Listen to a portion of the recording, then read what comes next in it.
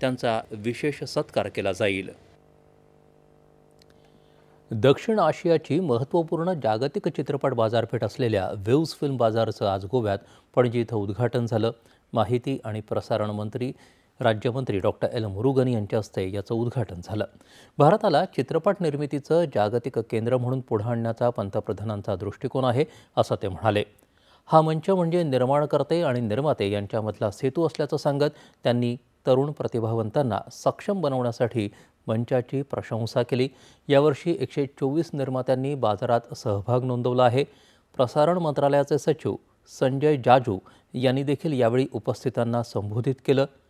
IFFI सोहळ्याची ही समर्पक सुरुवात आहे, असं ते म्हणाले। कलेचं व्यापार संधीत रूपांतर करण्याच्या पंतप्रधानांच्या दृष्टिकोनातला हा उपक्रम अनुरूप आहे, यावर त्यांनी भर दिला। जागतिक सिनेमा जगतातले धोरणकर्ते, चित्रपट निर्माते आणि प्रतिनिधी यावेळी उपस्थित होते। इफ्फीसोबत आयोजित केल्या जाणाऱ्या या बाजाराचं यंदा 19वं वर्ष आहे। 20 ते 24 नोव्हेंबर दरम्यान त्याचं आयोजन करण्यात आलं आहे।